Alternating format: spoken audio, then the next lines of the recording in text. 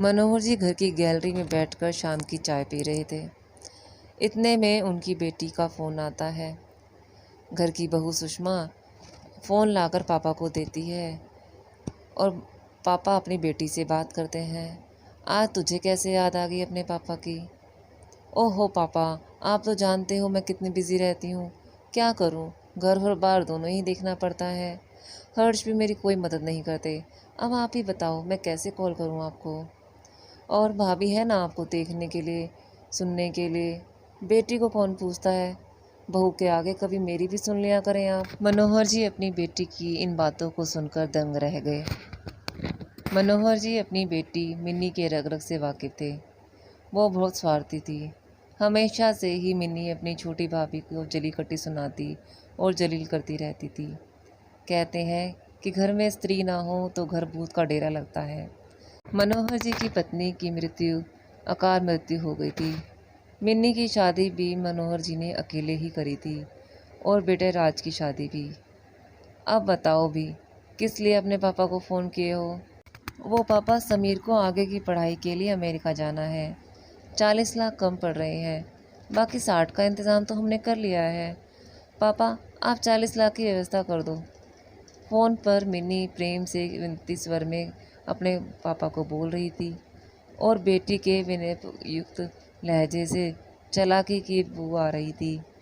फिर भी मनोहर जी बोले, ठीक है, कोशिश करता हूँ अपने नाती के लिए, लेकिन जवाई बाबू को आसानी से लोन मिल सकता है, इसलिए उन्हें बोलो कि वो कल हमसे मिलने आ जाएं। पर पापा आपके अकाउंट में है ना पैसे? वो तो ठीक है बेटा, पर उस पैसे पर मेरे पोते का भी हक है और अभी पोते की शादी भी करनी है। जानती ही हो कि तुम्हारा भाई प्राइवेट नौकरी करता है। बेचारा सब कुछ ही तो देख रहा है, मेरी दवाई, बिजली, पर्व त्योहार सब कुछ तो करता है। लेकिन पापा आपकी तो पेंशन भी आती है। आपकी पेंशन उसका परिवार ही तो खा रहा है ना। मेरी शादी के 2 साल तक तीज त्योहार और साड़ी व मिठाई भेजा गया, उसके बाद तो 20 साल तक कुछ भी नहीं भेजा। पापा आपने तो मुझे पराया ही कर दिया। अरे बेटा, 85 साल के बूढ़े बाप से क्या उम्मीद कर रही हो?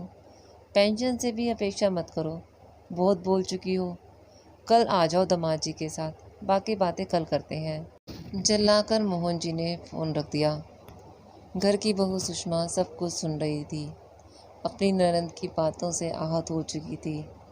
हे भगवान, दीदी क्यों नहीं समझती कि हम सब कैसे घर चला रहे हैं? हम ही जानते हैं, घर भी बहुत ही पुराना हो चुका है।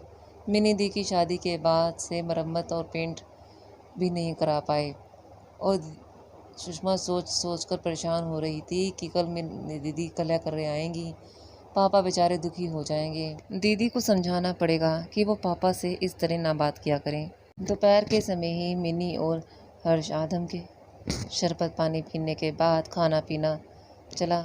उसके बाद मिन्नी अपने रंग में आ गई। तो पापा क्या सोचा आपने? 40 लाख का इंतज़ाम कैसे करोगे? मिन्नी के सवाल पर हर्ष जी अपने ससुर की ओर झांकने लगे। देख बेटा, तुम अपने मायके की स्थिति से वाकिफ़ हो और तुम्हारी 3 भतीजियाँ भी हैं जिनकी शादी करनी है, इसलिए बैंक में रखे पैसों का हाथ भी नहीं लगा सकते हम लोग। ऐसा है ना बेटा कि तुम भी ग्रामीण पदाधिकारी हो और दामाद जी बैंक में हैं, तो तुम्हें तो आराम से लोन मिल जाएगा। तुम दोनों को कर्ज दे सकते हैं और ब्याज भी कम लगेगा। हर्ष जी तो खुद बैंक में नौकरी करते हैं, तो लोन भी आराम से मिल जाएगा। जैसे ही पापा ने ये बात बोली, मिन्नी तो तमक गई और तंज कसते हुए बोली, ऐसा है ना पापा कि मैं इस घर की दावेदार हूँ और आप 2 कट्टा ज़मीन पर बने घर को 2 बराबर हिस्सों में अलग अलग कर दीजिए या फिर 1 कट्टा ज़मीन का पैसा दे दीजिए।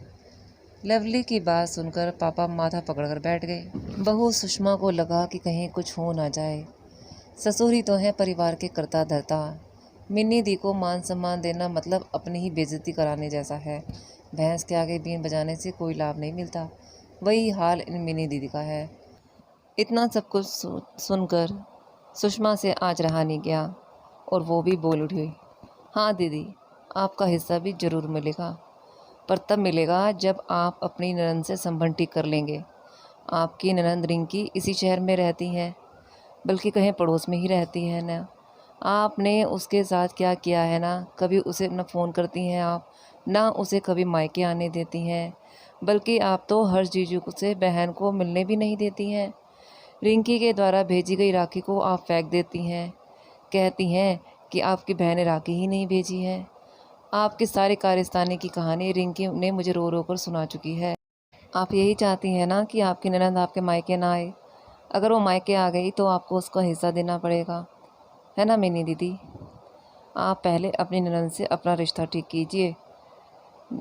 सुषमा के मुंह से आज ये सब बातें सुनकर मिन्नी का तो जैसा चेहरा ही नीला पड़ गया हो, मानो उसके शरीर में खून ही नहीं था। बेचारी रिंकी कितनी अपनी भैया के लिए तड़पती है, उन्हें राखी बांधने के लिए तड़पती है। जहाँ तक आपके हक की बात है, हमने कभी आपको पलटकर जवाब भी नहीं दिया, तो अवहेलना की तो बात ही दूर है। फिर दीदी आप हमसे इतनी नफ़रत करती ही क्यों हैं? क्यों इतना जहर बोलती हैं? आप तो संपन्न है, अच्छे घर से हैं, हम लोग से अधिक हैसियत है आपकी। फिर भी दीदी आप कहते कहते आज भाभी रो पड़ी। मनोहर जी अपनी बहू की समझदारी से गदगद हो गए। एक मेरा खून है जो नासमझ है, और एक मेरी प्यारी बहू मेरा खून ना होते हुए भी मेरे सम्मान को लेकर चलती है। मैं कितना भाग्यवान हूँ कि इतनी अच्छी समझदार बहू मिली है मुझे।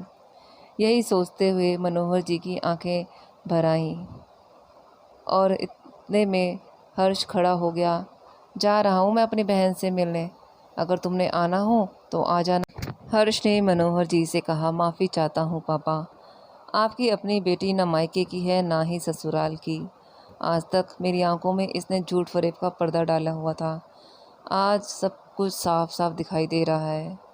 इतना कहते हुए हर्ष ने अपने ससुर के समक्ष हाथ जोड़े, पैर छुए और वहाँ से चला गया। दोस्तों आपको ये कहानी कैसे लगी कमेंट में बताइएगा। प्लीज़ लाइक और सब्सक्राइब भी ज़रूर करें।